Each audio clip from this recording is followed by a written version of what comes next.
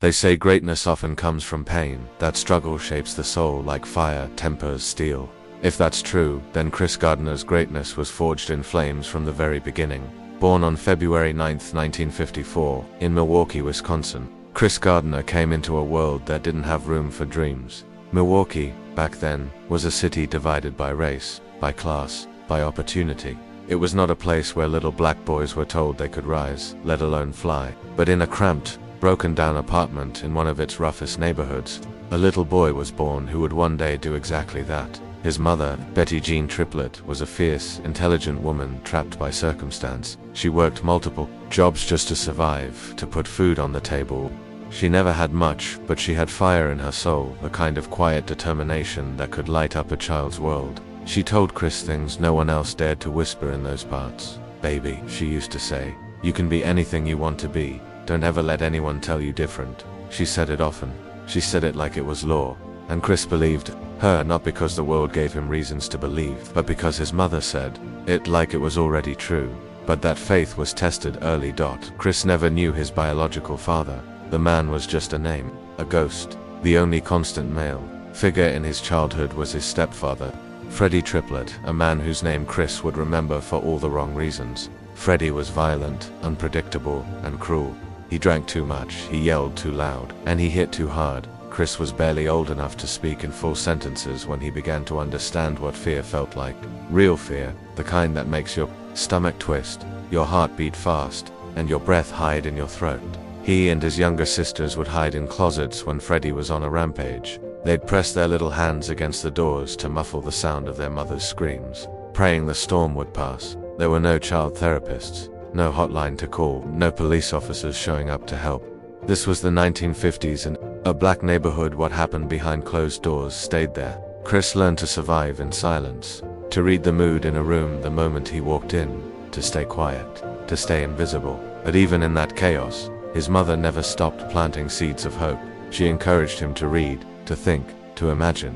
She'd bring home used books from secondhand stores, and Chris would read them again and again like they were gold. While other kids played outside, Chris lost himself in words and stories of other worlds, other lives, better futures. He once read a story about a man who built an empire from nothing, and he asked his mum, "Can I do that too?" She looked at him and said, "You already are." Chris didn't fully understand what she meant, but he remembered the way she said it with such certainty, like she had seen something in him even he couldn't see yet. But the streets outside didn't care about dreams, they cared about dominance, about survival. Milwaukee was tough, and the streets could swallow kids whole.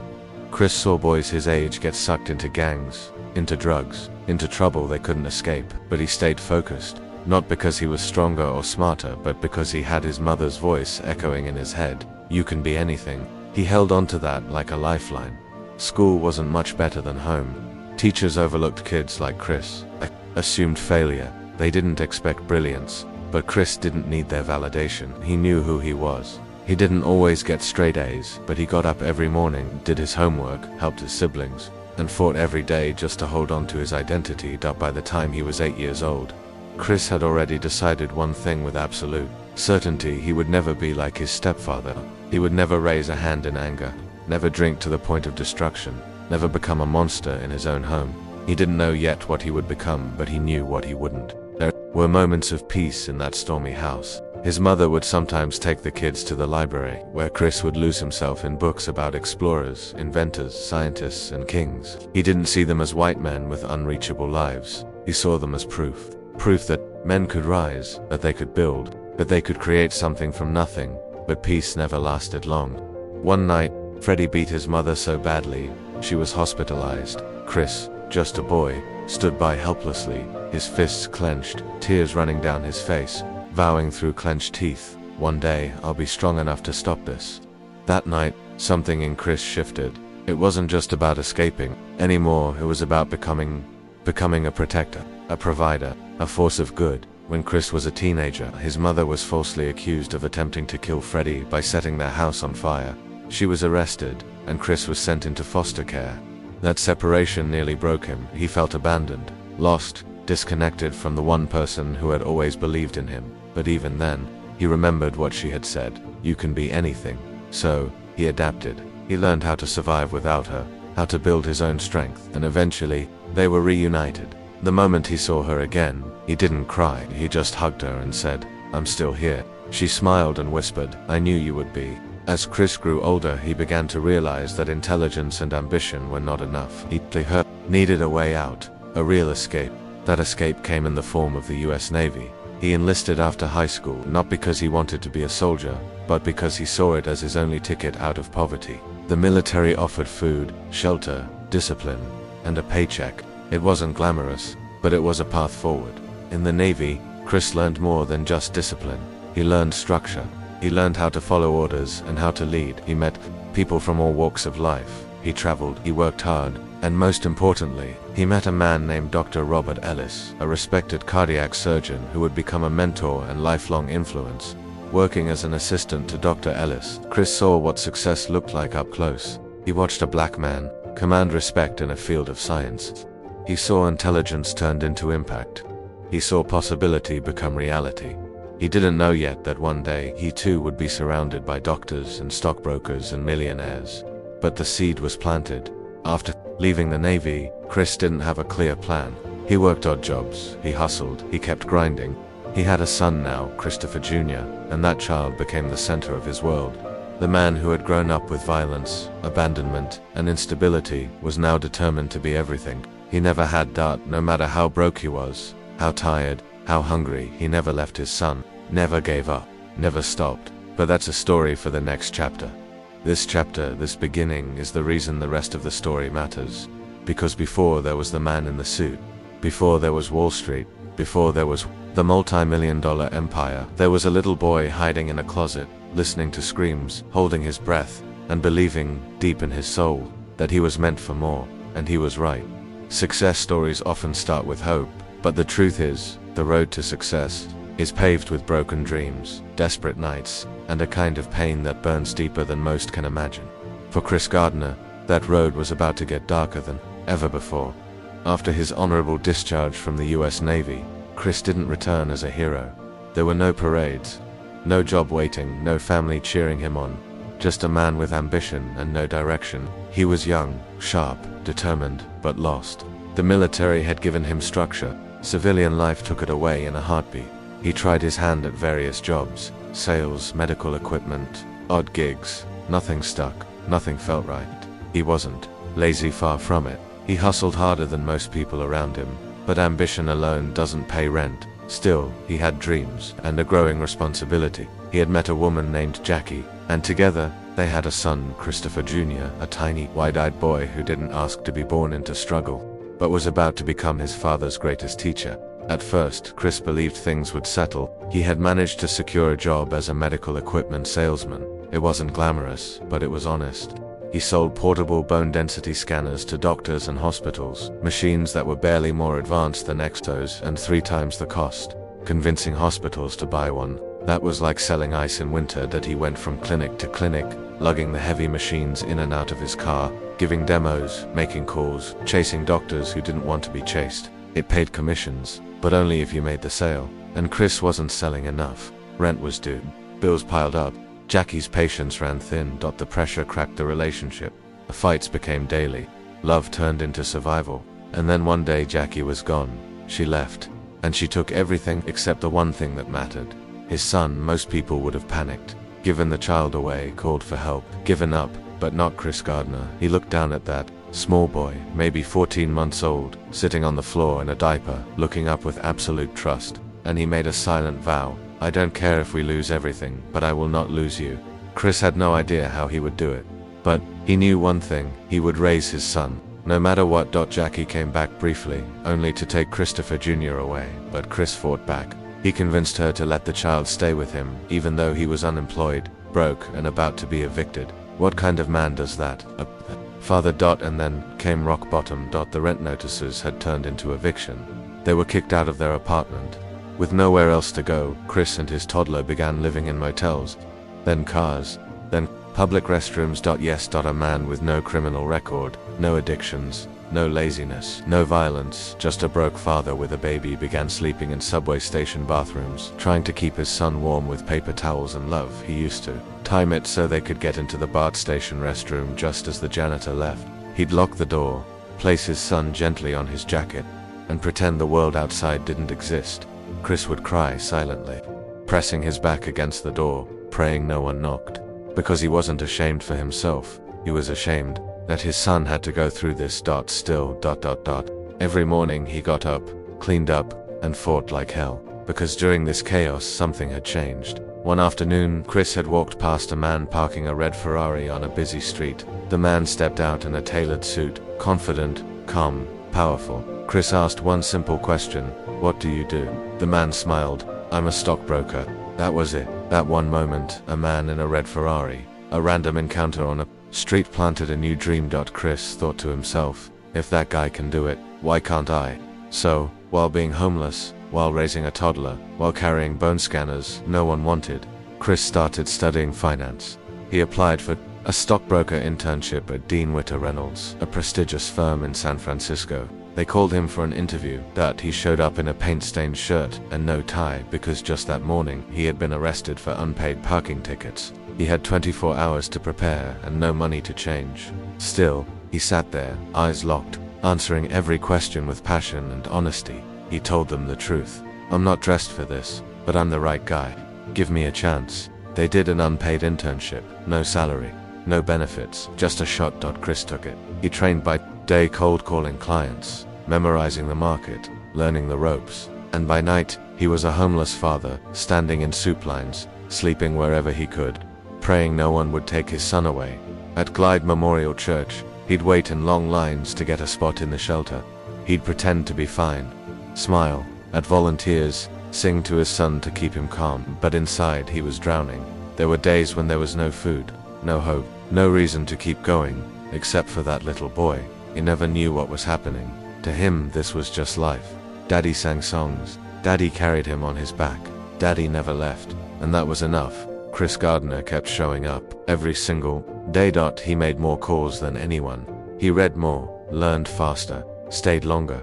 He began to beat the odds, outperform the other interns. He was hungry, literally and metaphorically, when it was time to select one candidate for the full-time paid position. There was no debate. Chris Gardner got the job. He walked out of that office and didn't scream or cheer. He just cried, quietly, deeply, gratefully, because he had done it, not just gotten a job, not just escaped homelessness. He had protected his son, and in doing so, he had found himself. That chapter of Chris Gardner's life wasn't about making money. It wasn't about winning. It was about refusing to give up, about standing tall when the world tried to crush you, about being a father when it would have been easier to be a victim. He would go on to become a multi-millionaire. That he would start his own firm. He would write a book, The Pursuit of Happiness, that would inspire millions. He would be played by Will Smith in a Hollywood movie, but none of that matters more than the nights he spent in a subway restroom, holding his baby, dreaming of something better, because that's where greatness is born. Not in comfort, not in money, but in pain, in purpose, in love. Chris Gardner didn't just survive homelessness. He transformed it. He turned rock bottom into a foundation, a place to build a life that would inspire the world. And the story is still not over. Success isn't a moment, it's a journey. And for Chris Gardner, that journey was just beginning. After months of unpaid internship, cold calling, rejection, sleepless nights, and days filled with hunger and humiliation, it finally happened. He got the job, a real job, a salaried position, a key to the future.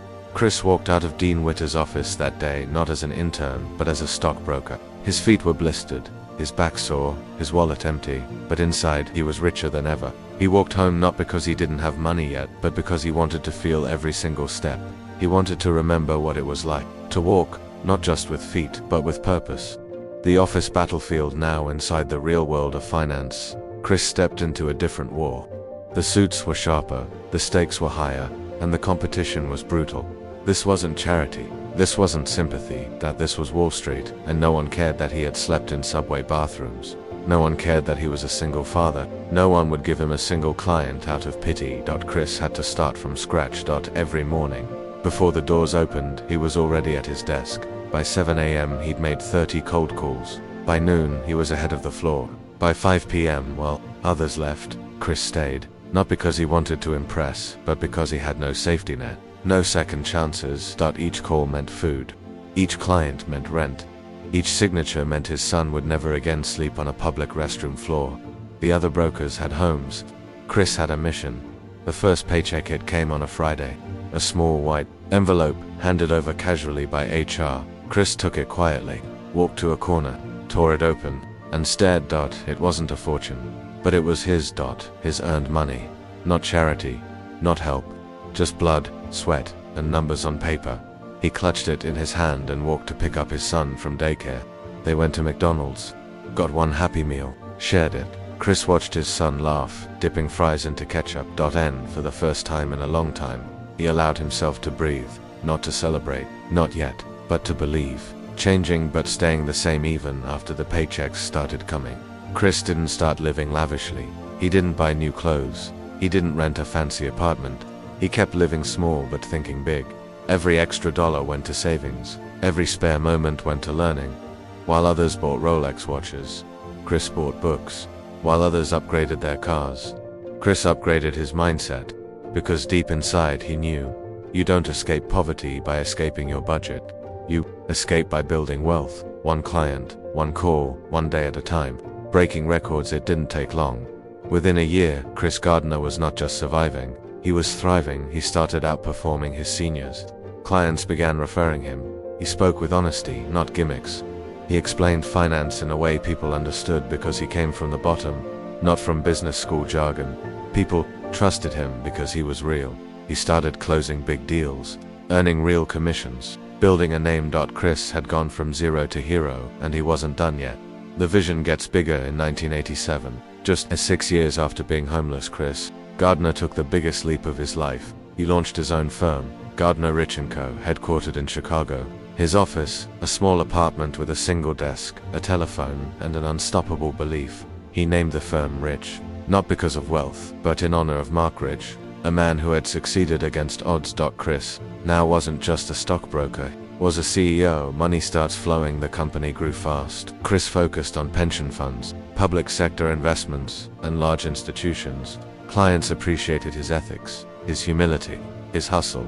Within a decade, Gardner Rich & Co. was handling multi-million-dollar accounts. Chris's personal net worth crossed $10 million, but he never forgot where he came from. He kept the same car longer than he needed. He still carried a folded dollar bill in his wallet, a reminder of the time when even that was a dream. He supported shelters, food banks, and single fathers across America. The book that shook the world. In 2006, Chris Gardner released his autobiography. The Pursuit of Happiness is spelled happiness, just like the mural outside his son's daycare all those years ago.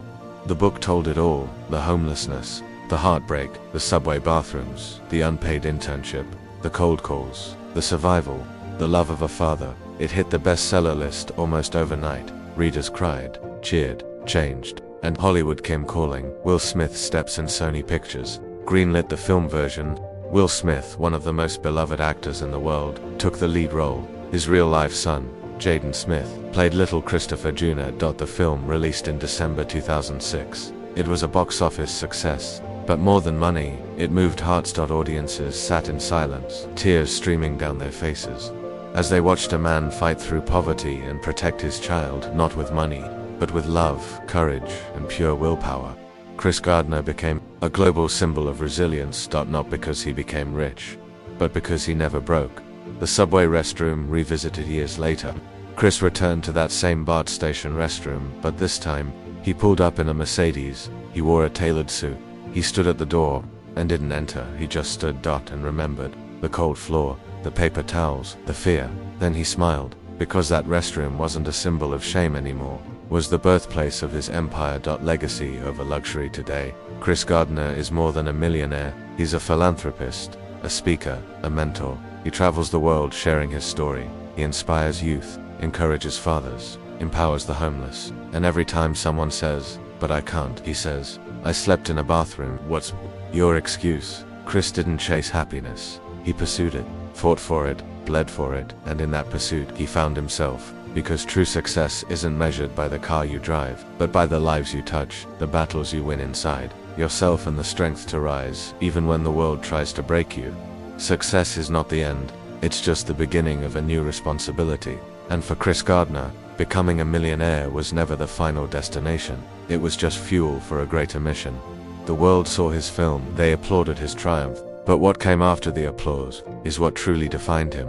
A new stage, a new mission. Once the pursuit of happiness hit theaters, Chris Gardner became more than just a success story. He became a symbol, an icon, a real-world superhero, not in a cape, but in a crisp suit and a firm voice, telling the world, your circumstances do not define you, your decisions do.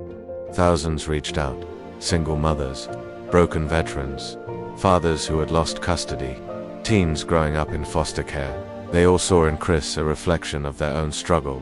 And Chris, he didn't just listen, he answered. The Chris Gardner Foundation in 2007. Chris launched the Chris Gardner Foundation, dedicated to helping disadvantaged youth and single parents break the cycle of poverty. He didn't want to just give money. He wanted to build bridges. Bridges to education, bridges to mentorship, bridges to hope. He partnered with schools, shelters, job centers. He personally mentored young men coming out of prison.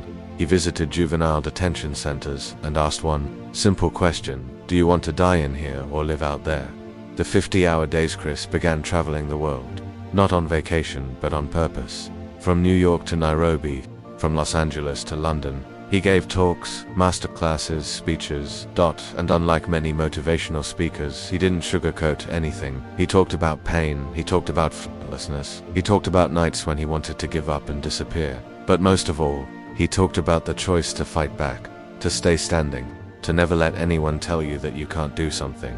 The Oprah moment, when Chris sat down with Oprah Winfrey in front of millions of viewers. She asked him, when did you finally feel happy? He paused, smiled softly, and said, when my son said, Dad, we have a home now. That was the moment. That was my victory. The audience cried. Oprah hugged him, and the world saw that behind the suits, the wealth, the best-selling book, was just a father who wanted to protect his child. What happiness means. Chris began redefining the word happiness in his speeches. He'd say, happiness isn't a beach vacation. It's knowing your kids are safe. It's knowing you've survived what was meant to destroy you. It's being able to look in the mirror and say, I didn't quit. He challenged people not to chase riches, but to pursue purpose, honoring his mother throughout his journey. Chris never stopped honoring his mother, Betty Jean, the woman who told him he could be anything, the woman who protected him from an abusive stepfather, the woman who planted the seed of belief when the world offered none. Chris often told audiences, I am the man my mother believed I could become when she passed. Chris built a scholarship fund in her name, helping single mothers go back to school.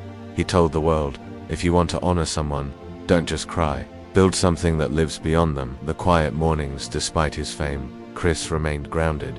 He'd wake up early, walk alone, journal his thoughts. He still folded his clothes with military discipline. He still taught his son to cook, clean, and speak with respect, because wealth didn't change him. Struggle had already shaped him the day he let go one day. Years after his success, Chris visited the shelter where he once stood in line for food. He sat in silence, watched a young mother rocking her baby. He walked over, gave her a check. Number, cameras, no speeches, she asked. Why? He said, because I've been here, and you won't be forever. He walked away, and in that moment, something inside him healed. He had finally let go of the shame, the guilt, the anger. Now only purpose remained. The final message to his son Christopher Jr., now grown, once asked his dad, was it worth it? Chris hugged him tight and replied, you're standing here, healthy, educated, strong. That's my answer. That's all the worth I ever needed. Full circle. In 2012, Chris sold his stake in Gardner Ridge. He had built an empire, and now he wanted to build something else, a legacy. He moved into full-time philanthropy, mentored hundreds, helped build dorms in Haiti, built schools in South Africa, supported wounded veterans, and trained ex-prisoners to start businesses. He once said, the greatest investment is in people who never had a chance but dared to dream anyway. Final reflections. In the end, Chris Gardner's story isn't just about rags to riches, it's about darkness to light, fear to faith, despair to discipline, brokenness to belief. He didn't chase success. He pursued happiness. And in that pursuit, he gave the world a story that will live on forever. A story that says, no matter where you come from, no matter how far you fall, if you can look up, you can get up. And so we close. The man who once slept with his son on a restroom floor, now walks red carpets, now shakes presidents' hands, now changes lives, but he remains at his core a man with a folded dollar in his pocket, and a fire in his soul. Chris Gardner, not just a millionaire, a warrior, a father, a legacy.